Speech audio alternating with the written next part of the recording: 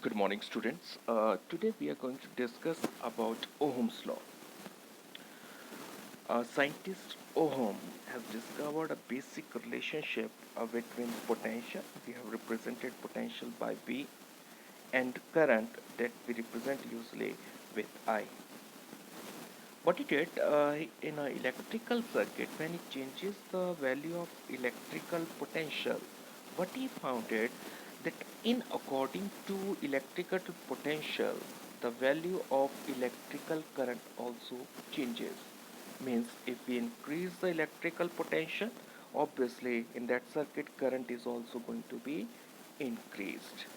So on this particular basis, he introduced a law, and that law is known as Ohm's law. And according to this law, if the physical conditions remains same, physical condition means temperature and other factors remains same. In that case, what we observe that if we increase the potential difference across a circuit, what is going to be happen? The current in the circuit is going to be increased or decreased in according to potential difference.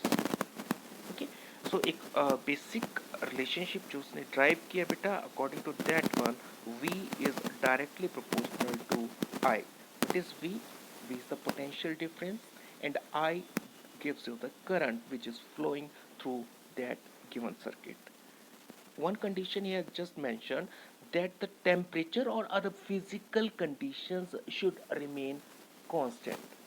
ऐसा क्यों बोला? क्योंकि जब भी आपके पास बेटा temperature vary करेगा, उस केस में क्या होता है बेटा, जो V है वो I के प्रोपोर्शनल नहीं रहता है, वो उसकी वैल्यू क्या करना शुरू कर देती है, आपका वेरी करना शुरू कर जाती है बेटा. अब इसी क्वेश्चन को अगर मैं थोड़ा सा सिंप्लीफाई करता हूँ, तो डायरेक्टली प्रोपोर्शनल का जो साइन है बेटा, उसे मुझे क्या करना पड़ेगा, आपका इक्वल टू में कन्वर्ट करना है, तो कोई कांस्टेंट इंट्रोड्यूस करना पड़ेगा.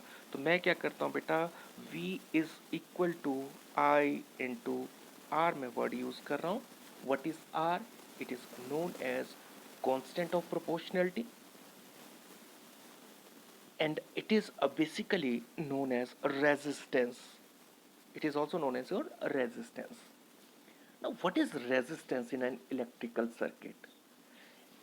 It is an property of the material by virtue of which it opposes the flow of current in any electrical circuit या in any given conductor. कोई मेरे पास कंडक्टर दे रखा है, जब मैं उसमें करंट फ्लो करवाऊंगा बेटा, तो उस करंट के फ्लो को कोई चीज़ अपोज करेगी, और जो अपोजिशन प्रोवाइड हो रही है उसको हम क्या बोलते हैं बेटा, उसकी रेजिस्टेंस बोलेंगे बेटा. इनफैक्ट अगर मैं यहाँ पे चेकआउट करता हूँ इसी रिलेशन से, we can simply find out कि जो भी आपके पास बेटा V है, या इनफैक्ट मैं R के लिए रिलेशन निकालूं, तो R कितना हो जाएगा आपका, that is equal to V upon I. और इनफैक्ट मैं बोलूँ तो रेजिस्टेंस आपका इनवर्सली प्रोपोर्शनल है करंट के. मतलब क्या हुआ, अगर रेजिस्टेंस ज़्यादा हुई तो करंट की वैल्यू क्या होगी, आपकी कम होगी बेटा आपके पास. दूसरी चीज, जब मैं रेजिस्टेंस की बात करता हूँ तो सिंपली हम इसको किससे किया करना चाहूँगा, तो ये opposition which is going to be through that conductor. ठीक है, ये उसकी प्रॉपर्टी है एक हिसाब से. अब यहाँ पे अगर हम बात करते हैं बेटा, तो जब भी मैं रेजिस्टेंस को मेजर करूंगा तो याद रखना है बेटा, a notation is used like this one, और इसको हम क्या बोलते हैं बेटा, ओहम बोलते हैं आपका. सो याद रखना है, द यूनिट फॉर मेजरिंग और resistance is ohm. One more thing, we can define one ohm. अभी मैंने थोड़ी देर पहले एक रिलेशन निकाला कि R is equal to V upon I के बराबर. शायद यही रिलेशन मैंने आपको ड्राइव करके बताया. मुझे पता है कि जो रेजिस्टेंस है बेटा, उसके लिए जो यूनिट आपने मेरे को बताई, that is ohm. It is equal to V is the potential. ठीक है, पोटेंशियल डिफरेंस है, और इसको जो हम मेजर करते हैं बेटा, किस में मेजर करते हैं, वोल्ट में मेजर करते हैं, और करंट को हम हमेशा किस में मेजर करते हैं बेटा, एम्पियर में मेजर करते हैं. तो इनफैक्ट अगर आप यहाँ से देखो तो ओहम किसके बराबर हो जाएगा बेटा, वोल्ट पर एम्पियर आपके पास हो जाएगा वैल्यू किसकी, एक ओहम की। ओहम को अगर हम डिफाइन करना चाहें तो ohm will be equal two volt पर एम्पियर के बराबर होगा। सपोज आपसे पूछा जाए कि डिफाइन 1 ओहम रेजिस्टेंस, तो बेसिकली हम इसी रिलेशन से क्या कर सकते हैं बेटा, 1 ओहम रेजिस्टेंस को क्या कर सकते हैं, आपका डिफाइन कर सकते हैं। कैसे डिफाइन कर सकते हैं, सपोज मैंने क्या किया बेटा, 1 ओहम यहाँ से रिप्रेजेंट किया, तो it will be equal to 1 volt और it will be equal to 1 ampere. So how we can define that the resistance offered by a conductor is equal to 1 ohm? Obviously, by using this particular relation, we can define 1 ohm resistance. So, कैसे define करेंगे इसको?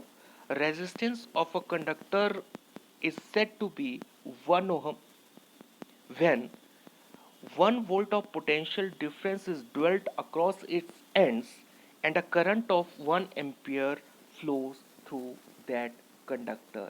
तो उस case में जो भी resistance होगी बेटा, that will be equal to 1 ohm के बराबर होगी बेटा आपके पास। ठीक है, इसमें बेटा कुछ कंफ्यूजन हो, कुछ डाउट हो, पूछ सकते हैं। ठीक है, जैसे हमारे पास ऑनलाइन क्लास होगी उस ड्यूरिंग आप अपने डाउट्स में से डिस्कस कर सकते हो बेटा। नेक्स्ट अगर हम बात करते हैं बेटा आपका, तो रेजिस्टेंस इनफैक्ट ये तो आपके पास प्रॉपर्टी आ गई आपकी, लेकिन अगर मैं बात करता हूँ आपका कि ये एक इलेक्ट्रिकल सर्किट में एक रेजिस्टेंस मैं वायर नहीं लगाता हूँ, वहाँ पे कुछ छोटे छोटे कंपोनेंट्स होते हैं बेटा जो कुछ इस वे से दिखते हैं बेटा आपका। और ये जो छोटे छोटे कंपोनेंट्स होते हैं इनकी रेजिस्टेंस क्या होती है, फिक्स होती है, मतलब इनकी रेजिस्टेंस को ना आप बढ़ा सकते हो ना कम कर सकते हो।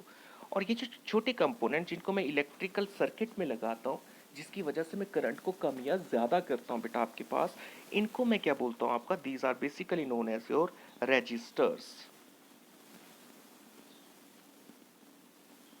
इनको हम क्या बोलते हैं बेटा आपका, रेजिस्टर्स। तो इनको भी हम क्या बोल सकते हैं, resistors are the devices which are used to provide resistance in a circuit. किसी सर्किट में रेजिस्टेंस प्रोवाइड करने के लिए हम क्या यूज़ करते हैं बेटा, वहाँ पे कंपोनेंट यूज़ करते हैं, इलेक्ट्रिकल कंपोनेंट, और उसको हम क्या बोलते हैं आपका, रेजिस्टर्स बोलते हैं बेटा आपके पास। ठीक है, अब बात आती है कि ये रेजिस्टेंस किसी एक कंडक्टर में आती कैसे बेटा आपके पास। जब हमने कंडक्टर की बात करी थी बेटा, तो हमने बोला था कि कंडक्टर्स में क्या होते हैं, आपके फ्री इलेक्ट्रॉन्स होते हैं, और वो फ्री इलेक्ट्रॉन्स क्या करते हैं बेटा, कंट्रीब्यूट करते हैं करंट के फ्लो को। अब जैसे ही आपने क्या किया बेटा, आपने मतलब पोटेंशियल डिफरेंस किसी सर्किट में डेवलप किया, तो उस केस में मैं ये सर्किट बना रहा हूँ आपकी, इसमें मैंने एक सेल लगा रखा है बेटा, और एक मैं कंडक्टर ले रहा हूँ, suppose this is your conductor, और इस कंडक्टर में क्या कर रहे हैं आपका, ये करंट आपका क्या करेगा, फ्लो करेगा। अब इस केस में अगर मैं चेकआउट करता हूँ तो जो फ्री इलेक्ट्रॉन होंगे बेटा वो क्या करना शुरू करेंगे, आपका मूव करना शुरू करेंगे। जैसे आप पोटेंशियल डिफरेंस आप क्या करते हो, डेवलप करते हो, सर्किट को क्लोज करते हो। तो जब ये इलेक्ट्रॉन मूव करेंगे बेटा आपके पास, तो उस केस में क्या होगा आपके पास कि इस इलेक्ट्रॉन के नियर बाय कोई दूसरा एक फ्री इलेक्ट्रॉन होगा बेटा आपके पास। ठीक है, अब उन दो इलेक्ट्रॉन के बीच में क्या होगा, आपके कोलिजन होगा, मतलब वो टकराएंगे आपस में, अपनी एनर्जी लूज करेगा वो, जिसकी वजह से क्या होगा बेटा आपके पास कि जो करंट कैरी कर रहा था उसकी वैल्यू क्या हो जाएगी आपकी, कम हो जाएगी आपके पास। तो इनफैक्ट क्या होता है, due to the electronic collisions between two free electrons, what is going to be happen, the amount of current reduces, और वो जो रिडक्शन होती है उस पर्टिकुलर प्रॉपर्टी को हम क्या बोलते हैं कि वो कंडक्टर क्या प्रोवाइड कर रहा है बेटा, आपका रेजिस्टेंस प्रोवाइड कर रहा है। अब हमने जब ओम्स लॉ आपका डिस्कस किया था, हमने बोला था कि जो टेम्परेचर है आपका that remains constant, physical condition है आपके पास हो तो वो क्या रहनी चाहिए बेटा, आपकी कांस्टेंट रहनी चाहिए आपके पास। तो इनफैक्ट अगर मैं बात करता हूँ आपकी, तो अगर मैं टेम्परेचर को इंक्रीज करता हूँ तो उस केस में क्या होगा बेटा आपका,